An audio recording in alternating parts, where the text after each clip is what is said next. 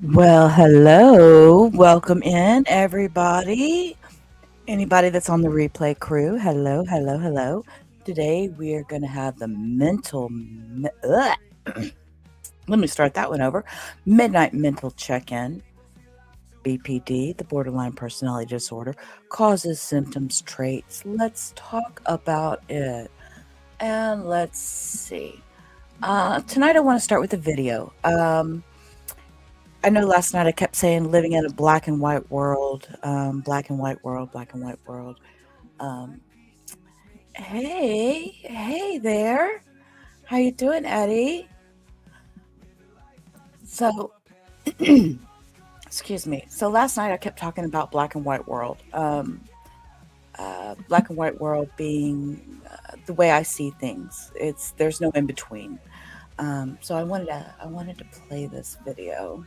We're living in a black and white world where everything is either good or bad with no shades of grey, and you feel sad and empty with an intense fear of being left alone, then you might be experiencing what's known as BPD.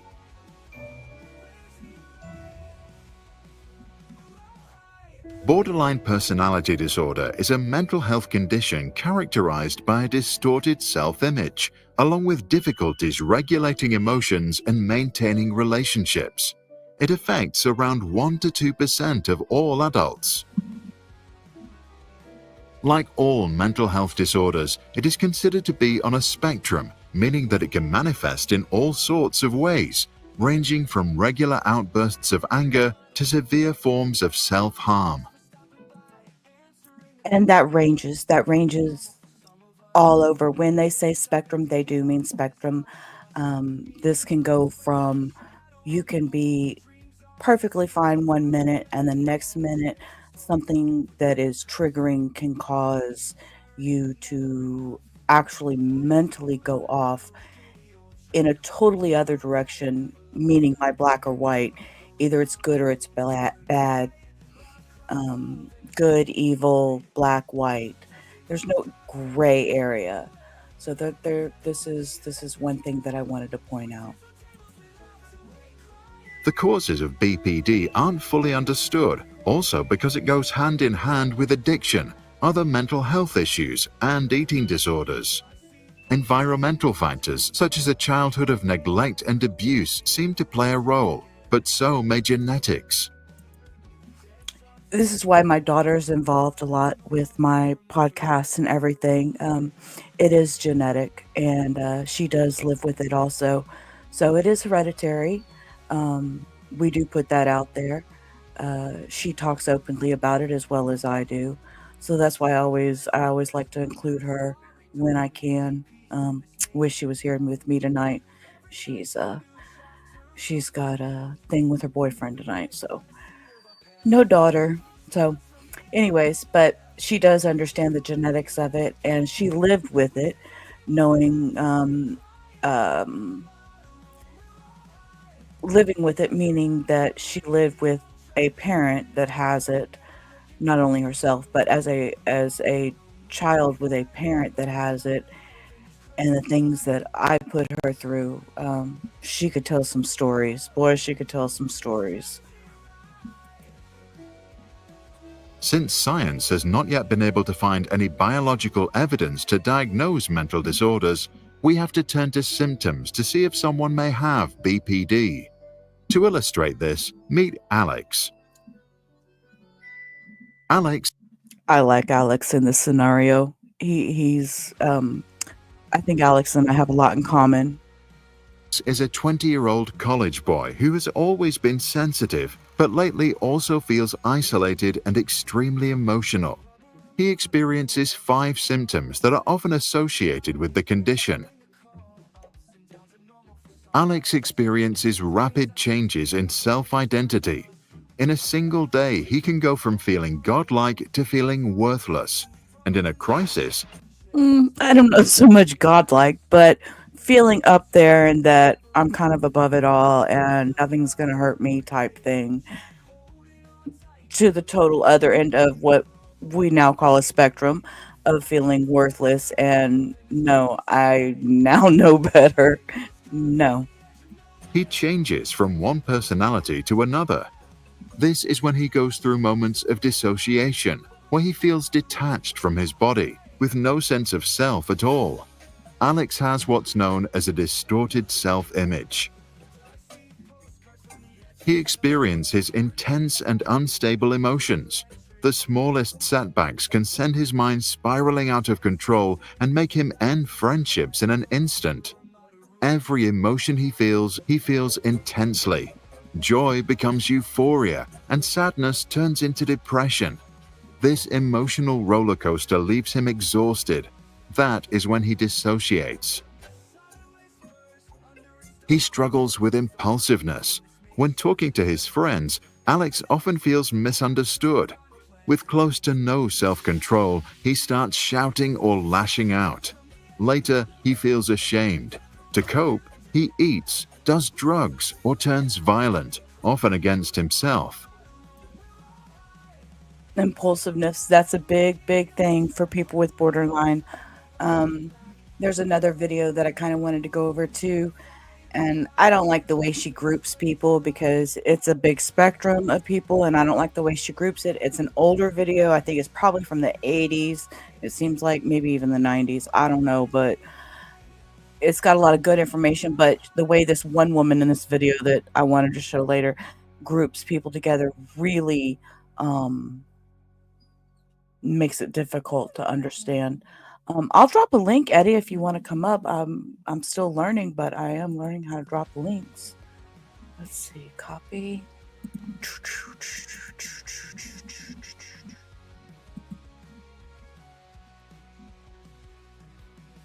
Look at that. Look at that. I'm learning. I'm learning. I appreciate you being here, Eddie, and listening to me. He has an intense fear of abandonment. When his girlfriend cancels their date at the last minute, he breaks up with her and a few minutes later bombards her with texts asking for forgiveness.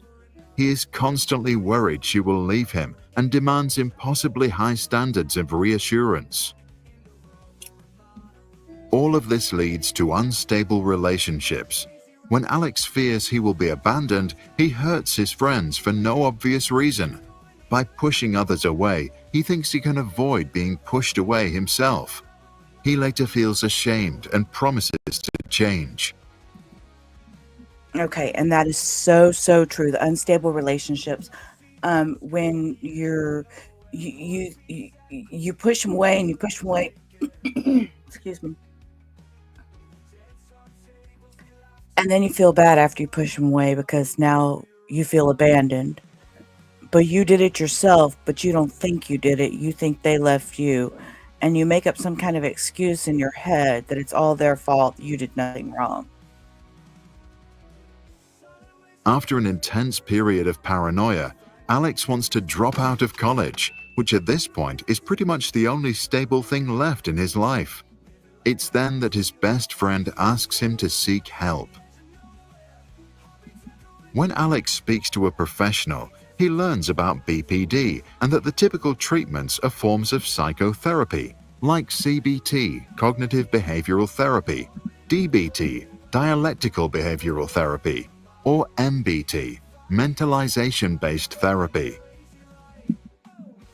The psychiatrist also explains that in some cases, patients take medication, such as mood stabilizers.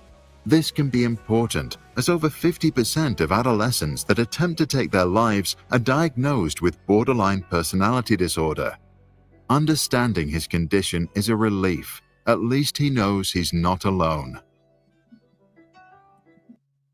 And again, knowing that you're not alone is one of the biggest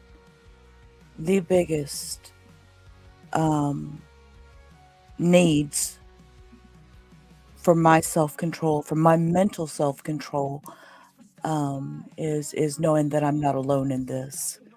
And finding these videos and knowing that there is other people out there like me is very soothing. It's very reassuring.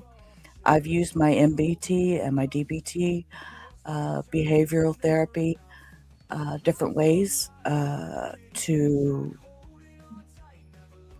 learn to control myself. So when they say things about being out of control and all that, this is something that I've learned, and for the past 4 years, I've been on the right path. And after this video is over, the other video I wanted to show was about um, living with somebody with borderline personality disorder, recognizing it. What do you think? What can we do to help people with BPD? Please share your thoughts or your own experiences with this condition in the comments below. Okay, so let me see if I can find my other video.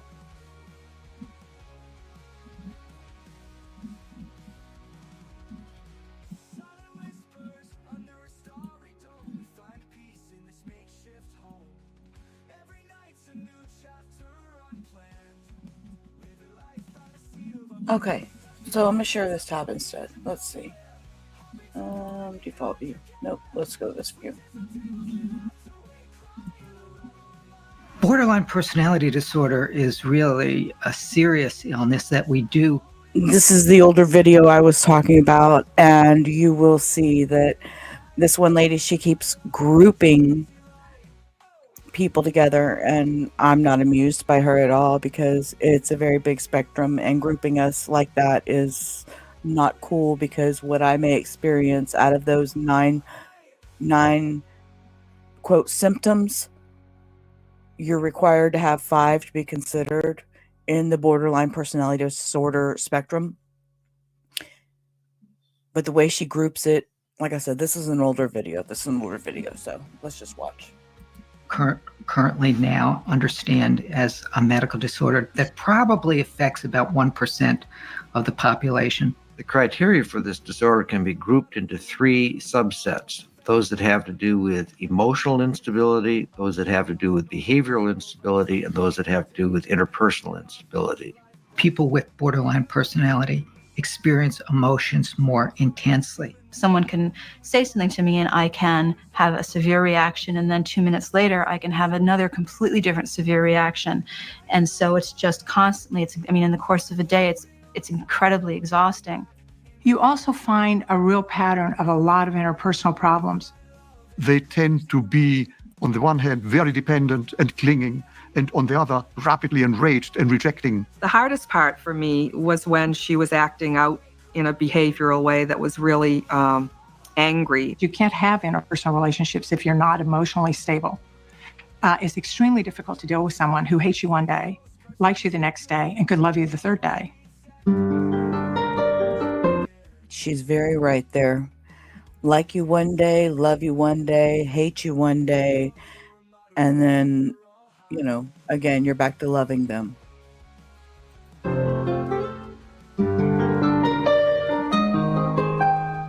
I grew up in a bunch of places. I started out growing up in Europe until I was about 6. My father was in the Air Force, and so it was myself, my mother, and my brother in Holland and Italy. I had a very active imagination. I loved art and was athletic and played a lot. When I graduated from college, publishing seemed a natural way for me to go since I was a bookworm and loved books. And so got into publishing and began to sort of climb the ladder. I had a good job, nice wife, had 2 beautiful children, bought a beautiful Victorian in a nice town. I had it all. And I remember one day I was raking leaves in the front yard, and here I was in my early 30s, and people walking by were thinking, look at this guy, he's got everything, and I was conscious of that. I felt fortunate. A lot of people in my life, or just people that I would meet, I'm sure, and I know this, they thought that I had everything together. They thought that everything was perfect because that's how I appeared to the world. I appeared as someone who had everything going for them, and that I was under control of everything, and that I had all these goals. Really, until she was in her mid-teens, everything seemed to be very normal. She was a very involved child with a lot of sports, very good at gymnastics and soccer, and she was very motivated in school. Outwardly, I think people thought I was very affable and outgoing and personable, and I wasn't. I like this guy because he gives it from a man's point of view, and I don't ever get to see that. I can tell you from a female's point of view and what I've done to some men, as far as emotionally hurt them and stuff. And this goes back, this is why I'm so interested with true crime.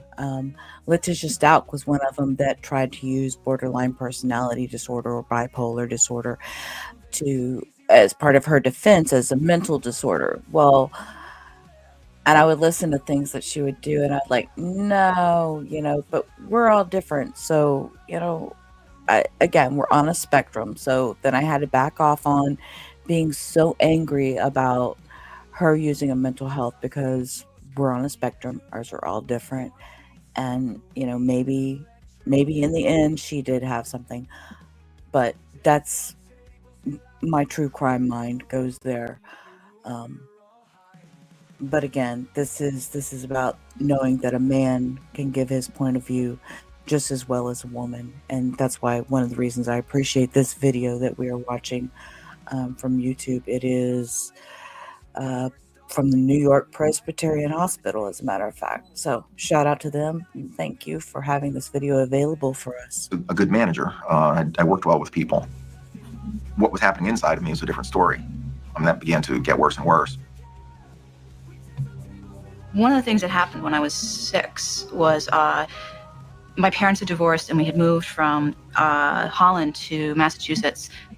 We were this small community, and there's just basically a street with a lot of people on it. And one of the guys who was babysitting for my brother and I regularly was molesting me at that time. And I remember starting to develop this sort of aspect that I was always being watched, and it gave me a real sense of discomfort and anxiety when I was around groups, especially if I knew that he was going to be there. And I really didn't know how to handle the situation. I just didn't say anything to anyone. So I think that was really the beginning of my sort of shift into being more socially awkward and more fearful.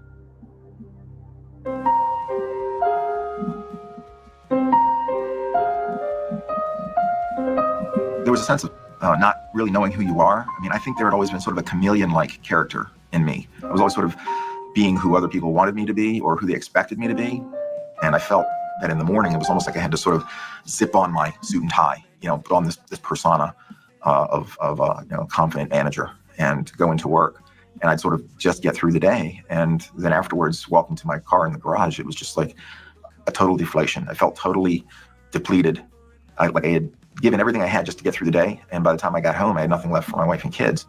I feel like I don't really have a group that I can identify with. I don't really feel like I fit in with my family. I don't feel like I fit in as a college student. I don't feel like I fit in whenever I work someplace. And that's probably because I don't have an idea of who I am. My way of... Exactly. She doesn't know who she is. It's a very, very confusing identity disorder. And you don't feel like you fit in anywhere, even with your family. When your family's around, you're worried. Are they looking at me funny? Are they mad at me? Do they hate me? Are they talking about me? Just because you're at a family event and somebody looks over at you doesn't mean they're sitting and talking about you. But that's immediately where my mind goes, oh my God, they looked at me. They're talking about me. Immediately, that's where my mind goes, which they probably don't give a shit about me. They could care less what I've been doing or who I'm talking to or what, But no, where does my mind go? All the negative. Coping was to start journals of how I should have a personality. Writing down, like, this is the type of person I should be so that people will like me and I can therefore be a part of something. And I would study people, and my writing was about observing other people and how those observations could be in one way or another applied to how I should be, because I didn't know how to be. You could actually define borderline personality disorder as the I don't fit in disorder. They are, in my opinion, the ultimate outsiders. They oftentimes... That's the lady that I'm talking about that puts everybody in a bucket. I don't like her. There's a spectrum of this disorder, and she groups people, and I don't like it. But anyways, carry on. Try to conform to what they think other people want from them. When we got married, he pushed himself down a path. Now he's going to be a husband, a father, a homeowner. He was going to get on a track. Maybe that was what he was supposed to do, and that would make him happy. We went down that track, and it didn't make him happy. And I think that engendered a lot of anger inside of me that began to sort of fester. And it began to feel like it was eating me up from the inside, like I was rusting through inside. That's an interesting comment. Rusting through. That's a feeling I've had before, and I've never had a word for it. And he just put it into words for me. Rusting through. Wow. Wow.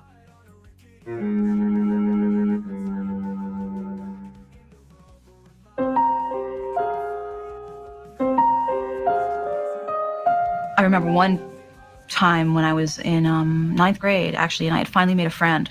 And this was like a friendship where we were spending time together, and I was so happy. I mean, it really, and my relationships with people tended to be so intense. I didn't really know how to kind of just have casual friendships. I was like, you're my best friend forever and ever, and probably the 6 months, 8 months of our friendship, this young woman lost a lot of weight and went through this transformation. Her sort of moving up the social ladder and hanging out with the kids who were cooler and prettier and whatever. And when she did that, I found that I was unable to accept what she had done. I ended up sending her a letter written in my blood. This goes beyond anything I would have imagined. So see, again, this is where I go again back to the word spectrum, because I wouldn't go this route. This is not something I would do personally.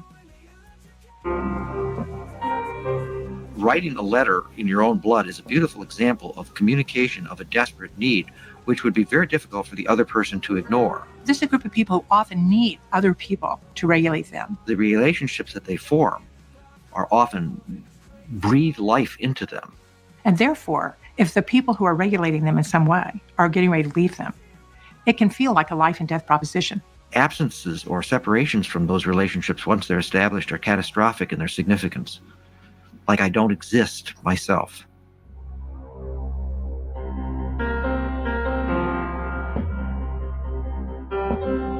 I'm not sure that people with borderline personality disorder know that they're being manipulative, but it comes across that way often to the people who are living with them. Okay. I like this lady because she gives us the benefit of the doubt. No, we do not realize we are being manipulative. Absolutely not. If I absolutely do not realize I'm being manipulative. See, this is one thing I've learned, or let me just say, me and my partner have learned. He has been able to learn how to deal with my mental illness and my passions. So we have an understanding, and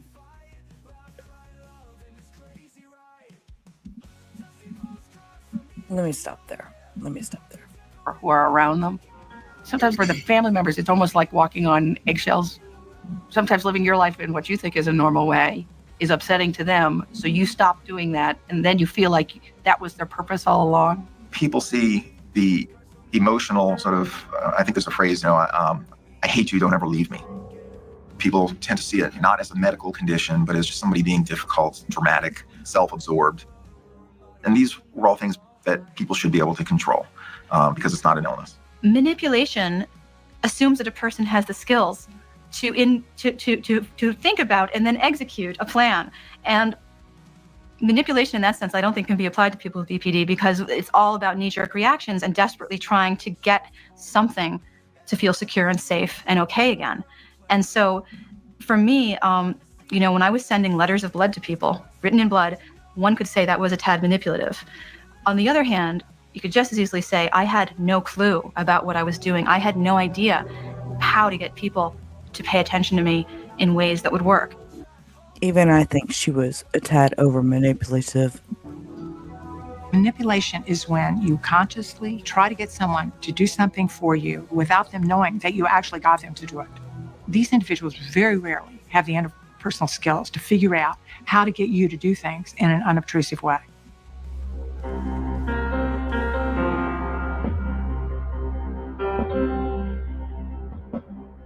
I began to lose a sense of connection with my wife and kids. It was becoming less and less engaged with them, withdrawing from them, very irritable, anger percolating, surfacing at inappropriate times. I remember him having a conversation with my sister on the phone that for some reason, something she said just put him over the edge. He slammed down the phone and broke the glass coffee table because he slammed down the phone that hard. And I was like, Oh my God. Another time I remember practically, I was trying to get dressed for work, and something minor was getting me angry, and something like trying to take my suit off a hanger, and it got caught. And I just began to sort of start ripping, and slamming the closet door, things like that. Physical aggression. And see, that exactly, the physical aggression, I've had that before where it's like, and there was there was no reason behind it. It was a trigger. I couldn't tell you what the trigger was exactly, but taking the clothes off the hanger that got caught up and didn't want to come off of it. So then the first thing I do, I'm pissed off and I'm slamming doors and I'm getting aggressive with everything around me for no reason. No reason. There was no reason for that. There was no reason for that. That was coming out, not against anybody, but just things. This is a group of people who emotionally, She said group of people again. respond much more sensitively to things. In other words, they respond to some small thing when for you it might take something big. So that's just an emotional vulnerability factor. The second thing you have to know about them is not only do they respond to a very Okay, did she just call me out? Did she just call me out saying that I'm responding to something little? I think she just called me out.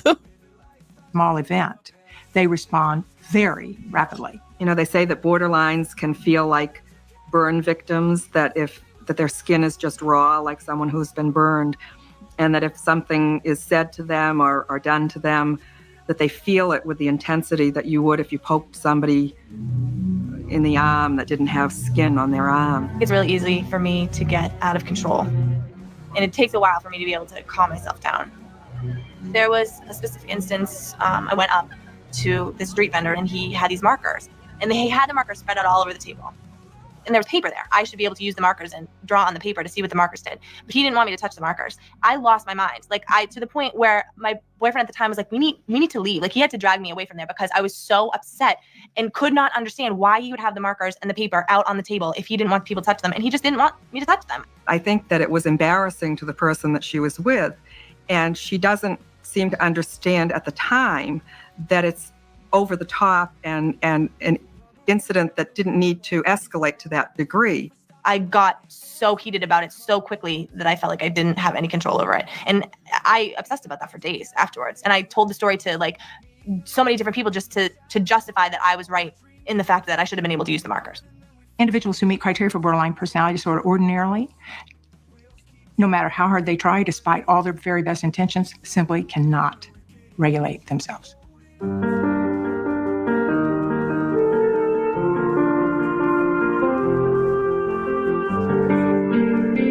I would make relationships with people based on these really sort of, these behaviors that were self-destructive. There was always sort of like the getting high or the doing something dangerous and then getting, crazy drunk. Again, that goes to the do what we do to fit in. And somehow that's how some of us get addicted on the illicit drug path. Drunk and dancing with people and going out to parties and having sex with people who were very attractive and ephemeral, and I would never see them again. Christina tends to have risky behavior, whether it's drug use or whether it's driving her car very fast. I know that there's certain people that I've met that haven't been great for me, like they have been doing drugs or whatever, and I will go to the extent to where I will actually do the drugs just so I fit in with them. And that's not necessarily the greatest thing. She also has eating difficulties, and so she's been bulimic, and I think that that's a risky behavior that could, ultimately be life-threatening. That constant level of intense distraction and chaos is a way to distract from all of the painful things that are going on.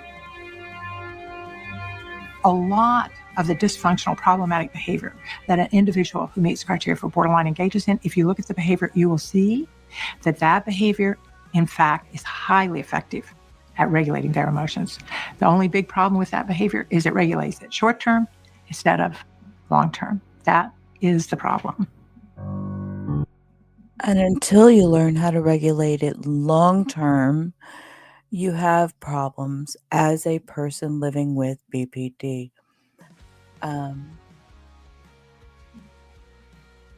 After I learned how to regulate it and take care of myself and stop and think before I responded, things change.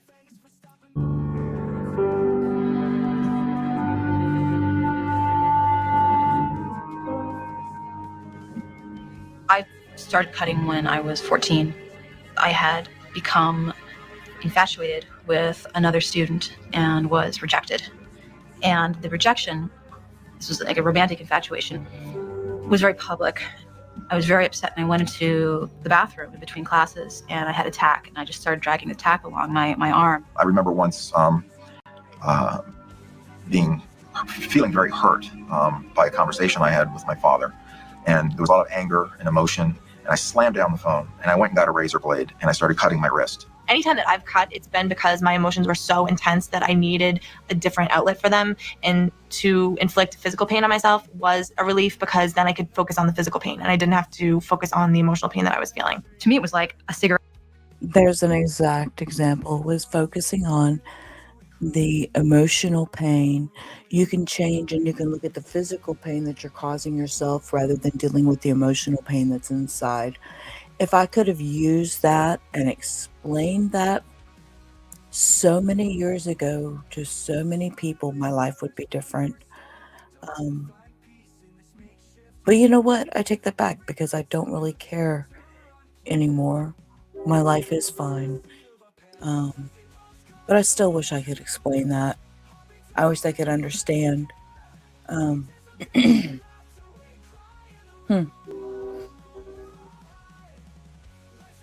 Yeah, I wish I could understand that dealing with the borderline personality disorder, that's why I was how I was and who I was.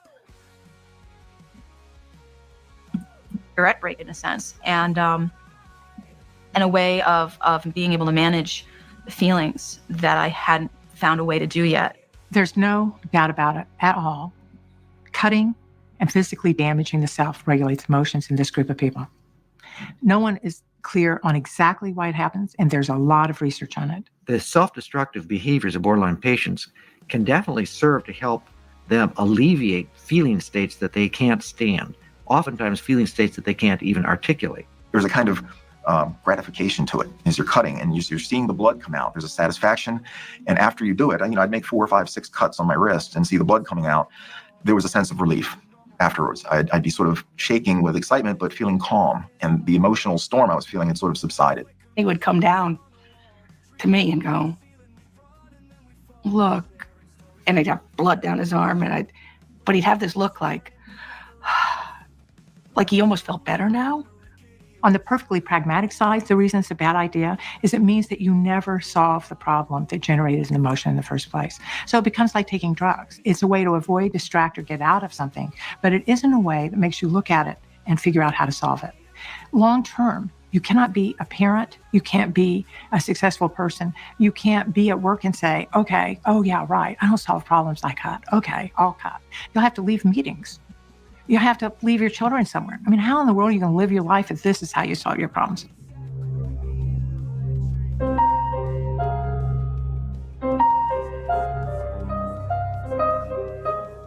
As I began to feel more and more worthless as a person, I began to feel that people would be better off without me, because I was just falling apart. I was sort of a burning wreck of a person. So the only way out, as I saw it, was suicide.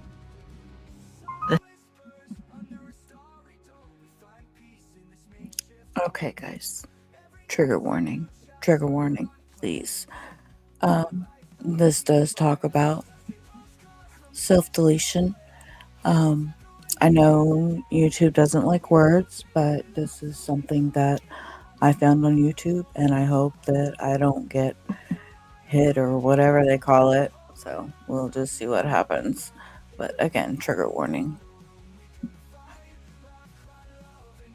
All right.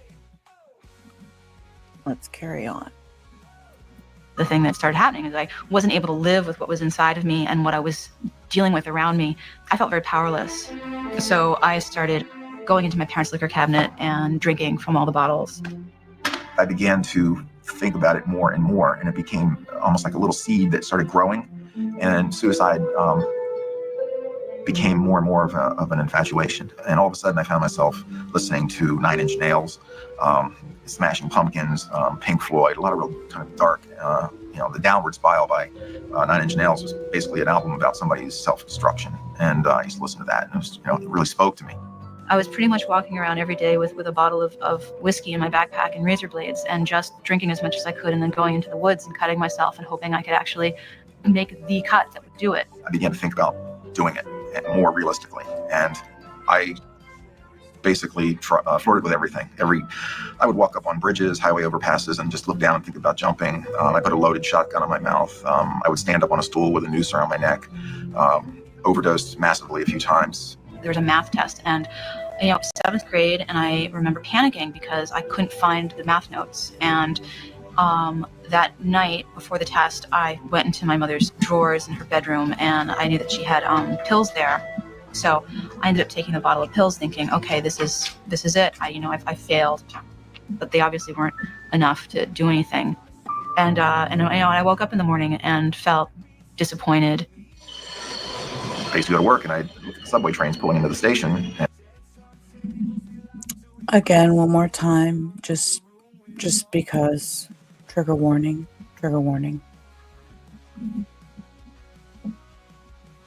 And think about jumping in front of them. I actually did go for a walk in a subway station downtown Boston once. Just wrote a suicide note. I was dressed up in my suit, walked out of my office, and walked into a tunnel at Park Street Station. I can still recall seeing the darkness ahead of me as I was walking in the tunnel, and seeing my shadow in front of me growing longer and longer as the subway train came up behind me.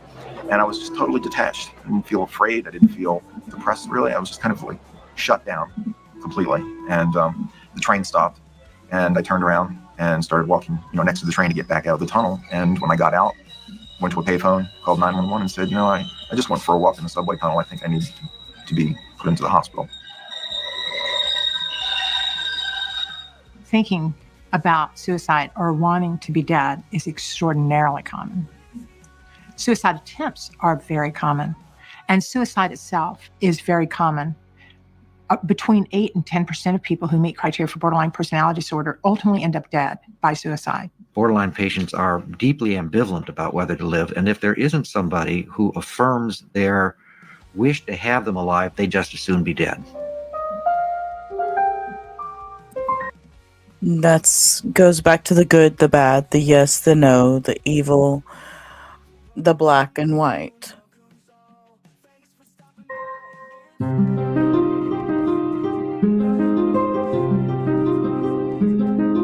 I had to drop out my second semester. The following year, I tried to go back to school. I got depressed again. I dropped out again, but more severe to the point where I was, had the suicidal ideation. And I was just kind of sick of feeling the way that I had been feeling for the past couple of years. And I wanted more of an answer. After getting a GED, going back to school, dropping out of college, going back to college, finishing college, going to graduate school for creative writing. And at that point, I was starting to teach art and memoir writing. But what I was discovering was that my ability to function in life was really compromised by these reactions I'd have to situations, to relationships, to responsibilities, to stress. She went to McLean Hospital after she had gotten her master's degree. And she climbed out, but she had achieved a goal in her life, and then everything fell apart. Everything fell apart. That was when I really saw what could happen to her. I came in with a very serious list of complaints, which was that I couldn't keep a job. I couldn't tolerate being in relationships. They were too painful, that my emotional life was out of control. And I, was crying and reacting all over the place. Couldn't drive a car because I couldn't think straight. And I thought people were chasing after me, and that I was constantly feeling suicidal. Just my perceptions were very skewed. I couldn't see things clearly. I had no sense of who I was. Well, the staff doctor that was treating me came in and told me, I think that you have borderline personality disorder. And I immediately thought that meant I was on the borderline between like sanity and insanity or something. And he he said, no, that's not what it is. And he kind of explained to me the criteria. Do you find that you fear abandonment and, will desperately try to avoid it at all costs? And I was like, yeah. And he said, well, do you find that you're really emotionally labile and you up and down and change and you're sensitive to the things around you and rejection? And I said, oh my God, yeah. And, just sort of checked over there's 9 criteria and, stormy relationships. And when people, do you idealize people? And then when they disappoint you, do you value them? And by the time he got to the 9th one, he's like, do you experience paranoia when you're under extreme stress? And I'm, yeah. And everything he said to me was like, oh, I have that, I have that, I have that. So that to me was like, oh, there is something out there that explains this. People with the disorder more commonly than not find it a great relief to be diagnosed. It's like looking in the mirror is a common phrase. It's like, oh my God, I'm something. And the something is understandable. Somebody could actually understand me. And if they understand me, maybe I could understand me. Maybe other people are like me, which means that I'm not so alone. I am not different from everybody in the world. I'm not an outsider every single place I am. And also, there's an enormous relief that there might be a treatment. Borderline personality disorder is an eminently treatable disorder, and patients can be helped.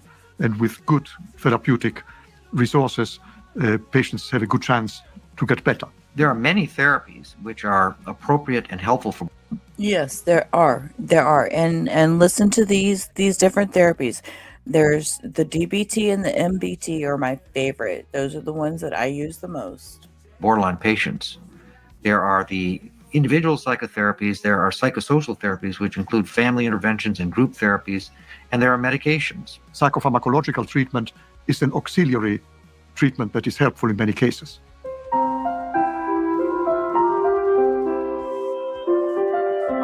We have very few evidence-based treatments for borderline personality disorder at this point. DBT is probably the treatment for which there is the greatest evidence. Dialectical behavior therapy was designed very specifically for people who self-harmed and had strong suicidal impulses. It basically is helping you to deal with situations that are going to come up every day, and your emotional reaction is going to be a certain way, and it helps you deal with that emotional reaction. It helps you find ways to stabilize yourself. It is the synthesis or merging of trying to change something while simultaneously radically accepting that it is what it is. It encourages, first of all, the person who's suffering to step out and look at their own emotions as a third person might, rather than to immediately act on them. The reason it's called dialectical behavior therapy is because the treatment itself is a synthesis of both the change in behavior therapy and the acceptance, which when the treatment was developed was drawn primarily from my own practice and experience in Zen. It used to feel literally like people's eyes would have a physical effect on my body. Like my neck would prickle and my heart would constrict. And I interpret that they are looking at me in a hostile way. The fact is, they are looking at me. But I can't assume what they're feeling inside and what they're thinking. DBT has helped me tolerate. That is 100% true. You cannot assume that. I giggle because I know you may hear my train blowing in the background. Yes, I live near a railroad track. But you think because they're looking at you that they're talking about you. Again, I said this earlier in the stream. You automatically think with their just because they may look at you doesn't mean that they're sitting there talking about you and thinking about you. So this is something I learned in DBT. So she's so right. Tolerate that I feel this thing and I interpret it this way, but it may not necessarily be the reality. I like dialectical behavioral therapy because there were things that I could work on a daily basis that would help me get through the day. And there were certain exercises that I could do. And there was concrete things that I could do. The last time I desperately wanted to cut myself, I did a type of technique that I learned through DBT, which is I went and I held ice cubes in my hand. And putting ice cubes in your hand when you really want to experience physical pain is a way of focusing on something without necessarily hurting yourself. Instead of saying, oh, I just shouldn't feel this way, or, oh, I need to change the way I feel, you learn how to work with what you're experiencing in an more effective way. It is so effective that we've had some clients when they knew they were going to have to discuss something extremely intense like sexual abuse or rape or something like that, actually go to the store and buy those little cubes that you can put in your freezer, the ones that are wrapped up and you can put them in your freezer. And when they have to have a session like that, they take them with them to the therapist's office, hold them in their hands during the session. I've never heard of that until this video, but I guarantee you that it's something I definitely would have tried had I known it. The other forms of treatment which have been empirically validated include a transference-focused psychotherapy, which is a derivative of the early psychoanalytic treatments and focus much more on the importance of interpretation and understanding the ways in which oneself, the borderline patient, distorts their views of other people and of themselves. It tries to bring about an integration of the patient's concept of self and of the patient's concept of significant others. When I got into therapy, I began to open up and to talk about all kinds of things that were bothering me. And one of the things the therapist would try to do is to dissect a particular incident to see if there were triggers that would set that off. And I also participated in group therapy in the hospitals because all the sort of walls came down and the pretenses and all these things that you sort of erect around yourself in the outside world. And people are very open and honest and are willing to talk about very intimate and upsetting things. It's very important for patients or their families who are troubled by borderline personality disorder to find clinicians who are knowledgeable about this and have experience with it and want to treat them. To seek treatment from people who don't have those qualifications is likely to make the patient worse. The right practitioner and the right treatment are what's required. You can find a really fabulous person who doesn't know treatment or how to treat this particular population. And I'm 100% behind what they've just said. I found the right practitioner. I found the right person that helped me learn myself, me, my inside. And that's what got me to where I am today. Before, I was a mess. I was a mess. But now I'm able to have a full relationship. I've been with the same person for 4 years. It's a completely wonderful, beautiful relationship for the fact that I share my illness with him. He understands it. He took the time to learn about it. My doctor that I have seen now for, oh God, it's been over 10 years. He's a wonderful doctor who even encouraged me about doing a podcast. And I explained to him what I wanted to do. He said, that was wonderful. Go for it. There's other people that may be out there that are looking to learn and find out more about borderline personality disorder. So that's why I do this.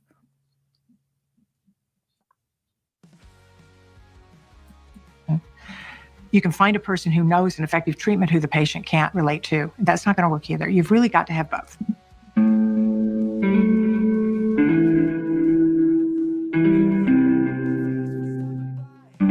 When I was first diagnosed, I thought that it was basically all my fault and that it was an environmental thing and that I should be able to, fix it myself. And then later, when I started going to these conferences and learning more about the disease, they came out with studies saying that there are chemical and biological reasons for this disease. And so that to me was a huge relief because, again, I felt like, oh, there really is a reason for this. It's not just because I am not dealing well with situations. It's not just because I'm not working hard enough to feel better. It's because I have chemical things wrong in my brain. Borderline personality disorder for sure has a predisposing biological base.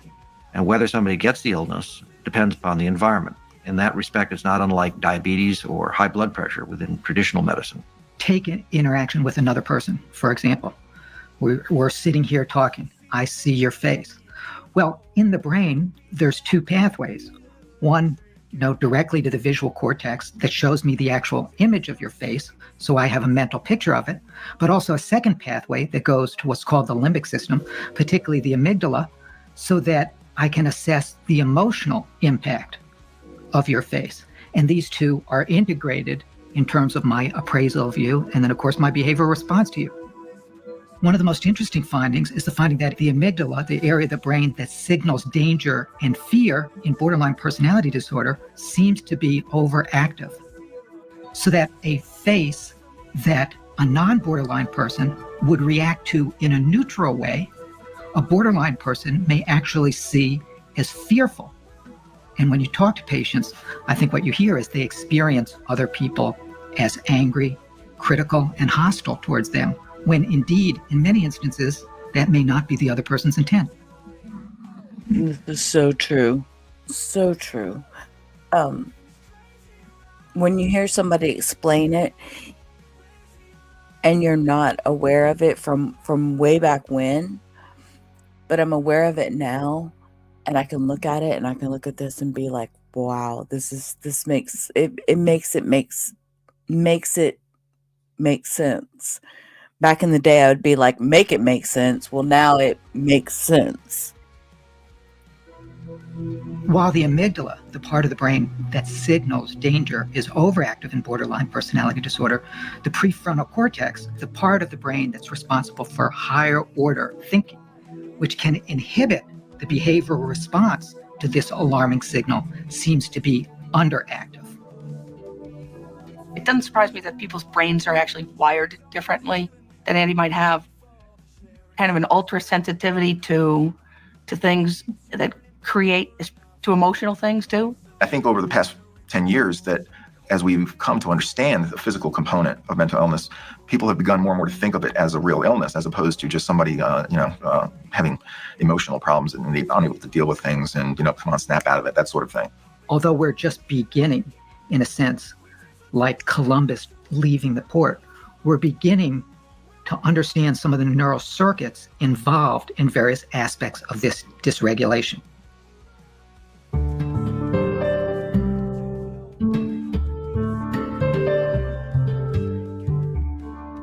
It would be fair to say that BPD can be hell for families.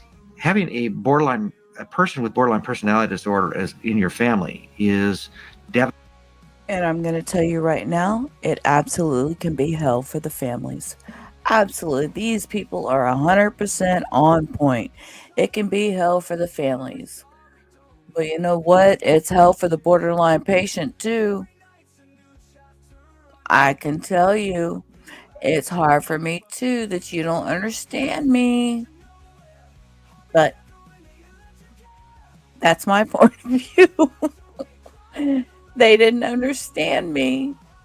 Devastating. There's something in the nature of this condition and in its symptoms that can draw, not only from families, but from trained clinicians, unhelpful responses. From my experience, the most common response of other people who are around people meeting criteria for borderline personality disorder is that their response is shape up.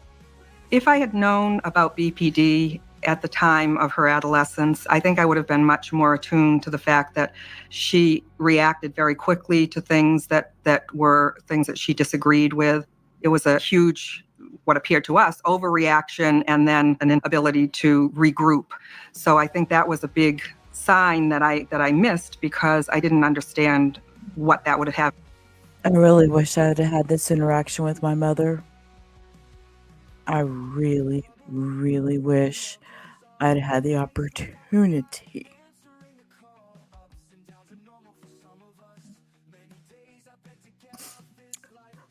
The opportunity to have this interaction with my mother. This girl's lucky. Have to do with mental illness. They know the person's emotional, but they don't know why. And they really don't have the fundamental understanding that the person is actually doing the best they can. It's important for me to get all the emotions out that I'm feeling, because if I don't, then I obsess about them and I pick myself apart and I think about every, interaction that I had with every person that I interacted with, and I can make myself crazy thinking about, did I do this wrong, or, did that person like me, or did they not like me? Or the real tragedy for the individual is they say, I can't regulate it, and the other person says, yes, you can. So of course, then they start feeling worse about themselves, thinking that they can, but they just don't want to. What really helped me was when I realized that it wasn't about me, that I wasn't necessarily what she was angry at and the target of it, but that I was just there to be somebody that she could vent all of this feeling that was about something else. So I don't know if you remember the comedian Gallagher. And Gallagher used to smash watermelons and things. And the people in the front row would have to put on raincoats or something to cover them up because they get splattered with all the watermelon juices.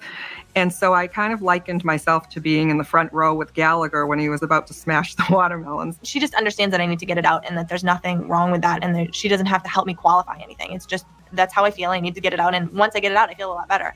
We have guidelines for families which suggest that when their borderline offspring or family member has one of these excessively angry reactions, that they listen carefully, look for whatever is true about it, and by validating that part of it which makes sense, it'll calm the person down.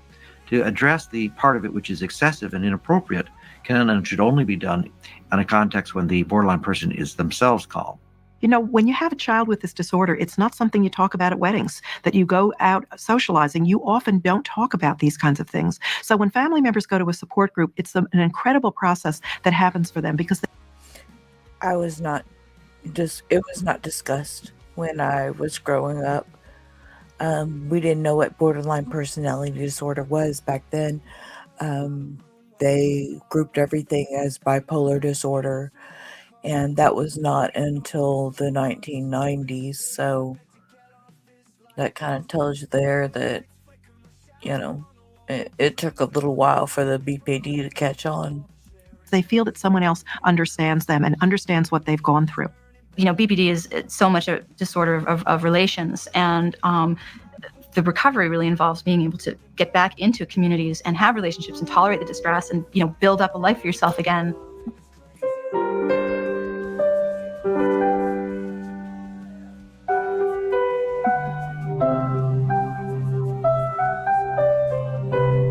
I found that insurance doesn't want to cover borderline as the initial diagnosis, that oftentimes you need to be given a different diagnosis, an Axis 1 diagnosis, such as bipolar, and that will be accepted for insurance. Regrettably, families may have to strengthen themselves to fight insurance companies when they do wrongfully deny coverage for what is indisputably a medical disorder. There's an effort to find brief treatments that will get these patients going. That's an illusion. These patients need long-term treatment. I think it's important for families to recognize that the first no from the insurance company shouldn't be the last word on the subject. The key thing to recognize about borderline personality disorder is you can't decide not to treat it. The insurance companies have to come to grips with this particular reality. The saying we won't pay for the treatment doesn't mean they don't pay for the treatment. They do pay for the treatment. Somebody pays for it. Because when you don't give them treatment, they show up in the emergency room and no one can kick them out of there. When they get to the emergency room, they often get on an inpatient unit. That's extraordinarily expensive care.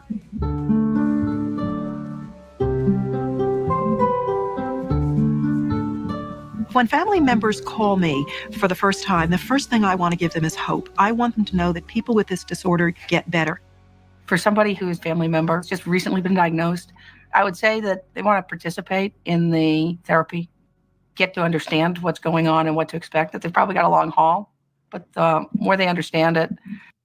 I like this lady. I really, really, really like this lady. She said she was going to get involved, which that's what we want. That's what we need. That's, as a BPD person, I will tell you that wouldn't, oh God, exactly what I need. And that's exactly what my hubby does for me. He knows, and he learned, and this girl, this perfection. I love it. I love it. The better off they are. Borderline personality disorder is often called the good prognosis diagnosis, and that's because people get better. People recover from this disorder. They manage their lives in effective ways. They have children. They have careers. People with this disorder have a remission, meaning that their psychopathology is greatly reduced within a couple of years. And when that happens, it's sustained. Relapses are not common. The emotionality that they have, the tendency to react quickly, will probably always be there, but you can build a corresponding tendency to be able to regulate. The payoff is that rather than having short series of intense, volatile interactions with people, you're probably going to go through a dry period where it feels like there's no one around, and then things start building. I developed the vocabulary to say to people, I get triggered because of this, or I'm having a borderline moment right now. I think you're rejecting me. When you get the diagnosis and a set of language to bring awareness to the interpersonal dynamics, things that used to destroy relationships become opportunities to build a new level of communication. I think the thing that was really helpful to me was to just know that I love my daughter more than I need to be right all the time. That the relationship is the most important thing to me. That if I can hang in there and learn to understand the perspective of the other person, that it's worth it to hang in there, that we really have a great relationship in spite of a lot of ups and downs. It's also learning that life with a borderline can be a roller coaster ride, and I don't always have to hop on the ride. I think that families... God, I love that mom. I love that mom. That's my mom. I just see it in her. Oh, she just breaks my heart when I see her talking. Oh, goodness. All right, not much longer. We'll wrap this up.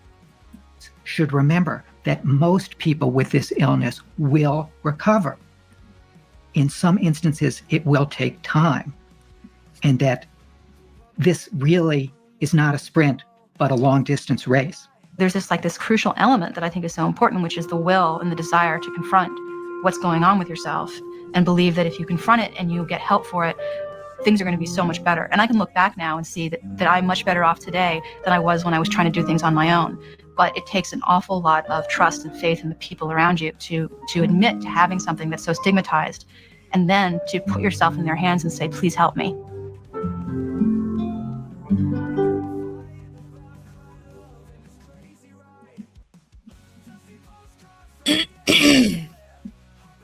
And I have to say, I have reached out to my family and I have begged them to accept me and understand me as I am.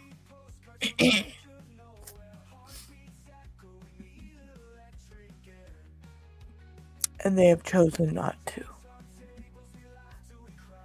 Therefore, I decided that I would start this channel, my Midnight Mental Check-In. And I appreciate any of you for being here and listening to me.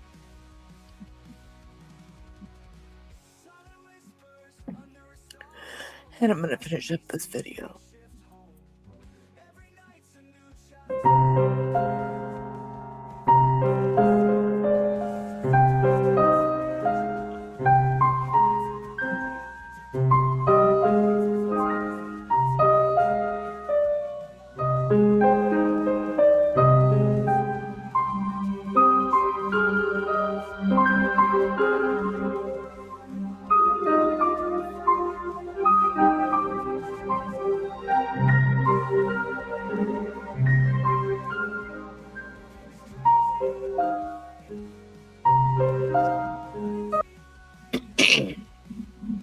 Alrighty, that's the end of that video. So what we're going to do here is we're going to end stream.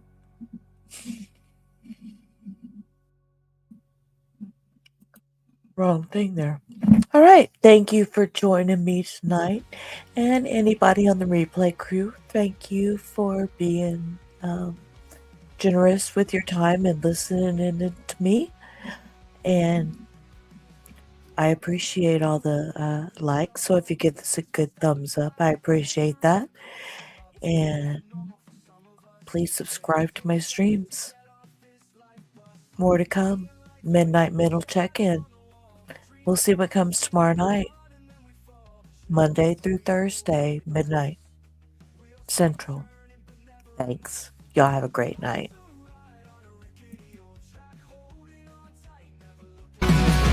Around the model room welcomes all. Thanks for stopping by, answering the call. Ups and downs are normal for some of us. Many days I beg to get off this life bus. Neon lights flicker, a shadow on the wall. Dreams on the ceiling, we run and then we fall. Sharing stories over